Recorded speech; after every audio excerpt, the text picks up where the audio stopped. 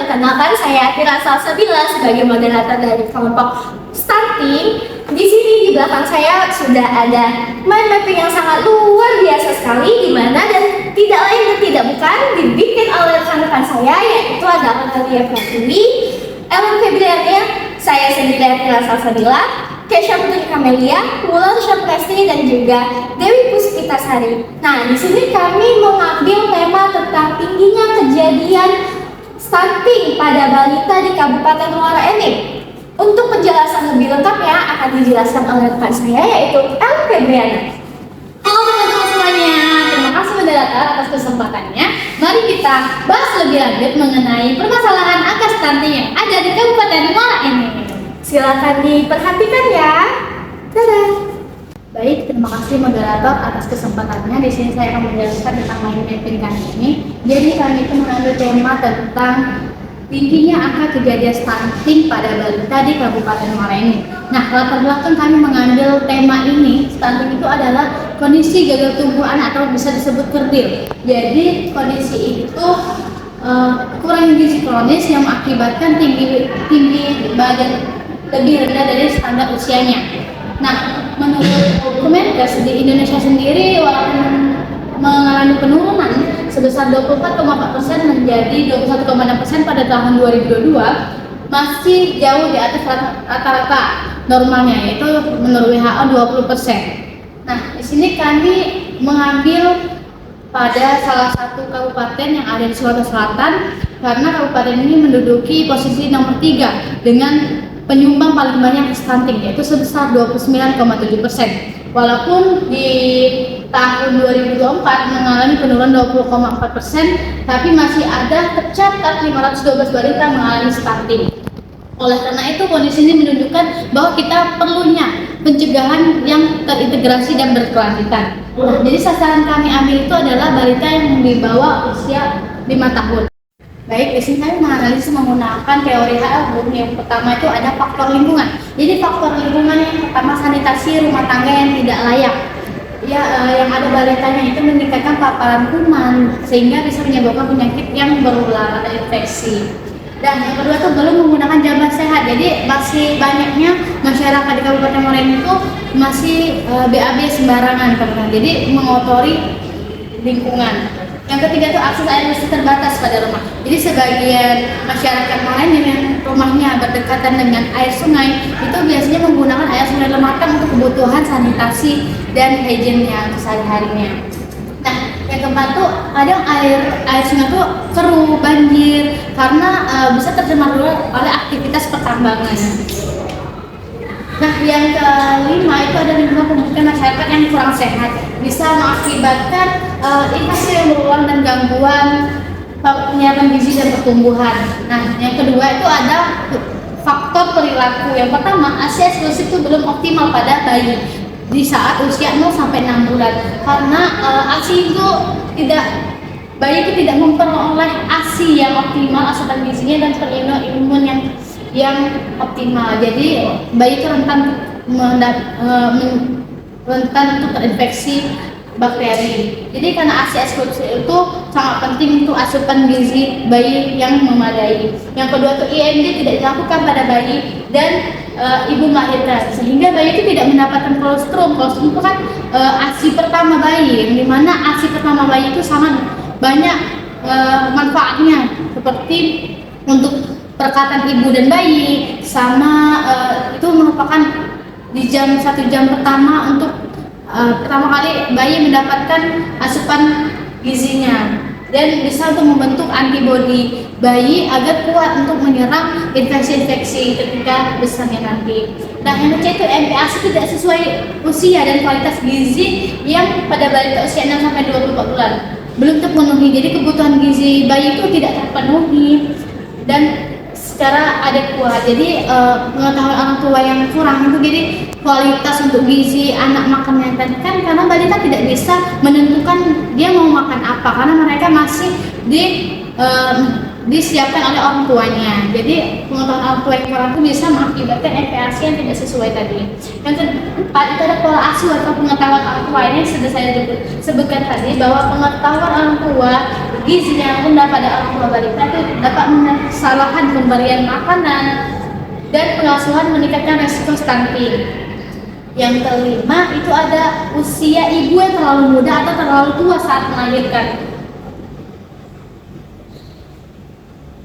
Karena usia ibu yang terlalu muda ketika melahirkan itu ibunya itu belum siap secara fisik dan biologisnya, sehingga bisa mengalami anemia atau KFK karena bisa menimbulkan atau menyebabkan resiko bayi itu BBLR bahkan stunting. Nah, kalau usia ibu yang terlalu jauh itu atau terlalu tua itu saat melahirkan itu bisa mengalami komplikasi dan bisa mengalami penyakit seperti hipertensi, DM. Nah, itu sangat diperhitungkan usianya. Yang kelima itu ada jumlah anak yang banyak dan jarak lahir yang dekat. Karena kenapa? Kalau jumlah anak yang banyak dan lahir yang dekat tuh bisa membuat orang tua itu terbagi perhatiannya, dengan asupan makanannya juga tidak diperhatikan. Jadi anak-anak tuh tidak bisa atau bayi-bayi wanita itu tidak bisa mendapatkan pemenuhan gizi yang optimal oleh orang tuanya karena terbaginya waktu untuk anak-anaknya yang lain juga.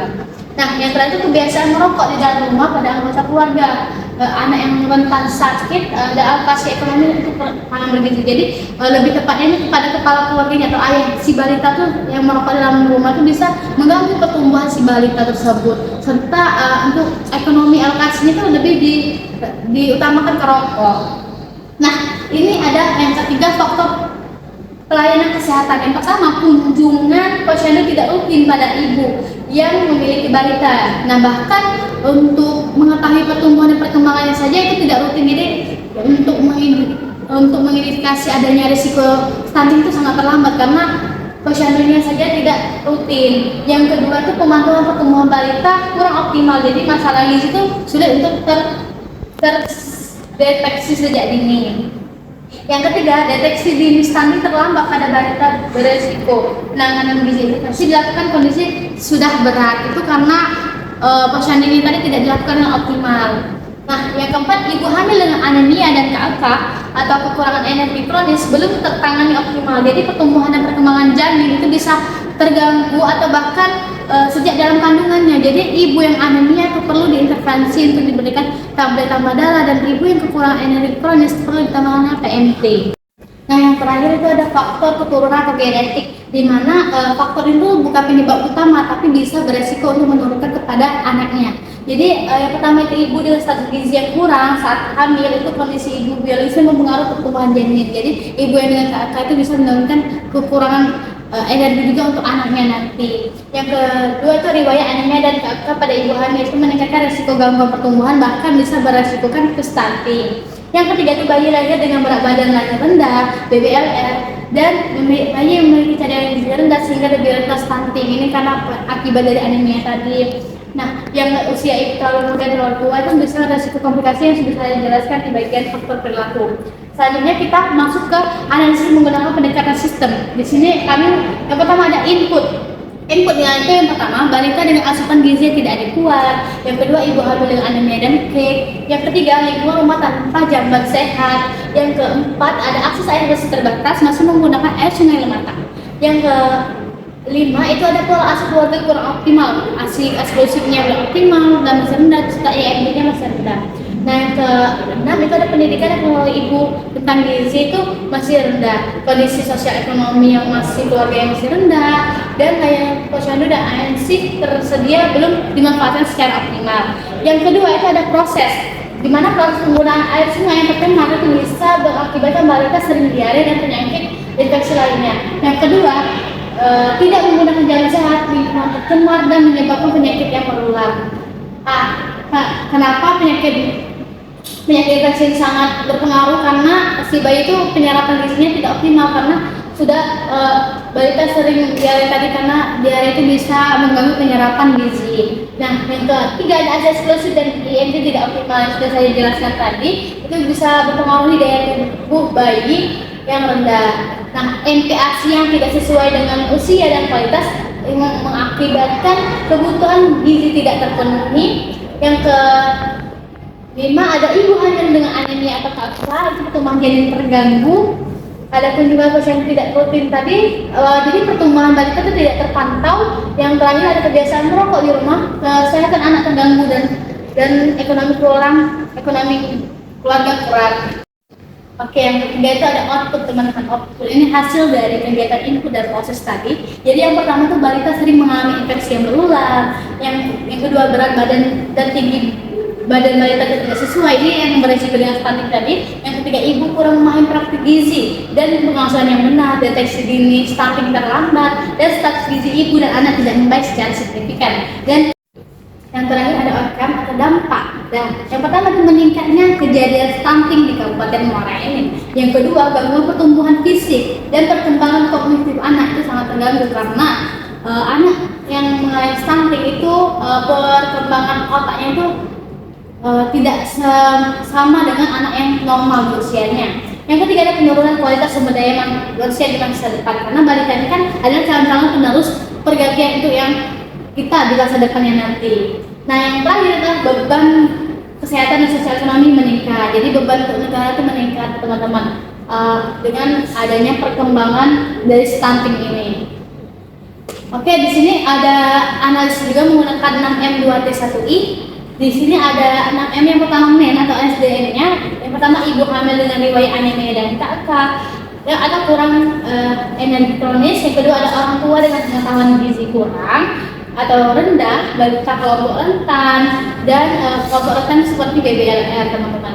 Nah, ada kader dan tenaga kesehatan terbatas di beberapa daerah, jadi edukasinya itu tidak semua daerah itu merata terjadinya edukasi. Yang kedua itu ada money-nya itu pendapatan keluarga yang rendah, pengeluaran untuk pengamat gizi yang terbatas, dan sebagian anggaran rumah tangga itu dialihkan ke rokok. Nah, yang ketiga itu ada material, ketersediaan pangan bergizi itu tidak merata, akses air bersih yang terbatas, dan jamban sehat belum dimiliki oleh semua rumah tangga. Jadi masih banyaknya yang belum mempunyai jamban sehat. Yang keempat ada mesin. Yang pertama ada alat ukur antropometri yang tersedia tapi pemanfaatannya belum optimal karena masyarakatnya tadi yang tidak melakukan pemeriksaan yang tidak rutin. Yang kedua ada sarana sanitasi lingkungan yang belum memadai. Yang kelima ada metode. Adalah pertama, pola asuh dari orang tua itu tidak tepat. Yang kedua, ASI tidak itu konsisten serta MPASI tidak konsisten serta pada MPASI itu tidak sesuai dengan standar gizi. Nah, yang keenam itu ada manajemen. Yang pertama, program percepatan stunting di Kabupaten Muara Enim itu sudah ada, tapi belum optimal percepatannya itu penurunan dari suatu daerah. Yang kedua, monitoring dan evaluasi belum optimal. Kolaborasi lintas sektor itu masih perlu diperkuat lagi. Nah, yang selanjutnya ada 2T. Yang pertama ada time, jarak kehamilan yang terlalu dekat tadi sudah saya jelaskan. Waktu pengasuhan terbatas karena jumlah anak banyak. Nah, teknologinya itu akses informasi gizi dan kesehatan masyarakat masih terbatas. Yang kedua, pemanfaatan media edukasi kesehatan belum maksimal. Misalnya kalau kita edukasi ke daerah-daerah yang terpencil, baiknya kita kalau mereka belum mengenal atau handphone bisa menggunakan untuk poster media kayak kami ini, yaitu media mapping, itu bisa dibawa untuk penjelasan penyuluhan. Tapi kalau misalnya zaman sekarang sudah ahlinya canggih media sosial, itu bisa untuk para kita tenaga kesehatan masyarakat untuk membuat video-video tentang stunting ini, jadi menambahkan pengetahuan ibu-ibu di rumah sana. Yang terakhir ada 1I, information. Jadi larangnya informasi dan pemanfaatan keluarga tentang ASI eksklusif 6 bulan, IMJ dan kolostrum, MPASI yang bergizi, dan sanitasi dan jamban sehat. Untuk menentukan kebijakan, kita melakukan analisis dulu dengan fishbone atau tulang ikan yang biasa kita sebut. Di sini permasalahan utamanya adalah tingginya angka stunting. Dari segi mennya itu pengetahuan ibu tuh gizinya masih rendah. Yang kedua, pola asuh anak kurang tepat. Yang ketiga, kesadaran keluarga terhadap kesehatan masih rendah. Nah, metodenya atau caranya itu program gizi tidak tepat sasaran. Yang kedua, edukasi kesehatan belum berkelanjutan. Yang ketiga, monitoring pertumbuhan belum optimal. Dari segi money-nya itu ada pendapatan keluarga rendah, prioritas pengeluaran bukan untuk pemenuhan gizi. Segi measurement atau alat ukur tinggi dan berat badan itu tidak standar. Yang kedua ada keterbatasan alat di fasilitas kesehatan. Nah, yang terakhir itu dari segi lingkungan atau environment. Yang pertama, sanitasi dan jalan yang tidak layak, air bersih terbatas, lingkungan tempat tinggal yang kurang sehat. Maka kita langsung masuk ke policy brief, teman-teman. Di sini kami melakukan policy brief atau pembentukan kebijakan berdasarkan latar belakang masalah di kejadian Kabupaten Muara Enim, stunting yang ada di Kabupaten Muara Enim, dengan tujuan kebijakan yang pertama menurunkan kejadian angka stunting di Kabupaten Muara Enim, yang kedua meningkatkan pemenuhan gizi ibu dan balita, yang ketiga memperbaiki sanitasi dan akses air bersih, yang keempat itu mengoptimalkan pelayanan kesehatan dasar dan deteksi dini stunting. Nah, di sini kami menggunakan kerangka SWOT. Yang pertama itu ada identifikasi SWOT dulu, ada string atau kekuatan yang pertama, komitmen pemerintah daerah dalam mempercepat penurunan stunting. Yang kedua, ketersediaan program kesehatan ibu dan anak ANC, PTD, dan PMT. Yang ketiga, adanya kader kesehatan dan posyandu di tingkat desa. Yang keempat, ada dukungan data stunting dari SSGI dan PPGPM. Nah, ada kelemahannya atau weakness. Yang pertama, pemanfaatan posyandu dan layanan gizi itu belum optimal. Yang kedua, sanitasi dasar dan akses air bersih masih terbatas. Yang ketiga, pengetahuan gizi dan pola asuh keluarga itu masih rendah. Yang terakhir, deteksi dini stunting masih terlambat. Nah, di sini ada opportunity atau peluangnya. Yang pertama, dukungan kebijakan nasional percepatan penurunan stunting. Yang kedua, peluang kolaborasi lintas sektor, ada kesehatan, sanitasi dan sosial. Yang ketiga, ada program perbaikan sanitasi dan air bersih. Yang keempat, ada peningkatan edukasi gizi berbasis masyarakat. Nah, di sini tentunya ada ancaman atau threat-nya. Yang pertama, kemiskinan dan kerentanan sosial ekonomi keluarga, kebiasaan merokok di dalam rumah. Yang ketiga, itu resiko infeksi akibat lingkungan yang tidak sehat. Dan terakhir adalah ketergantungan masyarakat pada sumber air tercemar. Nah, di sini kami juga menggunakan matriks strategi SWOT untuk menentukan strategi yang efektif untuk pembentukan kebijakan. Yang pertama, kita dari strategi SO, itu strength dan opportunity, itu memanfaatkan kekuatan untuk meraih peluang. Yang pertama itu adalah mengoptimalkan program kesehatan ibu dan anak dengan dukungan kebijakan nasional penurunan stunting. Yang kedua adalah memperkuat peran kader dan posyandu dalam edukasi gizi dan pemantauan tumbuh kembang balita. Yang terakhir adalah mengintegrasikan data stunting dengan program lintas sektor untuk intervensi yang lebih tepat sasaran. Nah, di sini ada ST atau memanfaatkan kekuatan untuk mengatasi threat atau ancaman tadi. Yang pertama, menggunakan dukungan pemerintah daerah untuk pengendalian faktor risiko lingkungan dan perilaku. Yang kedua adalah memperkuat pemantauan kesehatan ibu dan anak untuk mencegah dampak kemiskinan terhadap stunting. Yang ketiga adalah meningkatkan peran kader dalam pencegahan infeksi dan promosi PHBS. Nah, di sini ada matriks WO atau weakness dan opportunity, mengatasi kelemahan dengan memanfaatkan peluang. Yang pertama ada meningkatkan pemanfaatan posyandu melalui edukasi dan pendekatan berbasis masyarakat. Yang kedua itu adalah mempercepat perbaikan sanitasi dan akses air bersih melalui program lintas sektor. Yang ketiga ada mengembangkan edukasi gizi dan berkelanjutan bagi ibu dan keluarga balita. Yang terakhir itu ada WT atau weakness dan threat, jadi meminimalkan kelemahan dan menghindari ancaman. Yang pertama adalah memperbaiki sistem pemantauan dan deteksi dini stunting di tingkat pelayanan dasar seperti puskesmas. Yang kedua adalah meningkatkan koordinasi lintas sektor untuk mengurangi dampak lingkungan tidak sehat. Yang ketiga ada mendorong perubahan perilaku keluarga melalui edukasi gizi dan pengendalian rokok di rumah. Jadi seluruh kerangka SWOT ini menghasilkan rekomendasi kebijakan. Itu ada 4 rekomendasi kebijakan dari kami. Yang pertama, memprioritaskan penguatan pelayanan gizi ibu dan anak. Yang kedua, meningkatkan kolaborasi lintas sektor. Yang ketiga itu mengoptimalkan peran posyandu dan kader kesehatan. Yang keempat, memperkuat edukasi gizi dan pola asuh keluarga secara berkelanjutan. Itulah penjelasan mengenai mapping tadi tentang stunting yang ada di Muara Enim. Selanjutnya saya kembalikan kepada moderator. Terima kasih. Wah, keren sekali ya penjelasan dari Kak Ellen tadi. Ada tentang teori HLB, pendekatan sistem, pemangku kebijakan, Fishbone juga, dan juga tentang SWOT.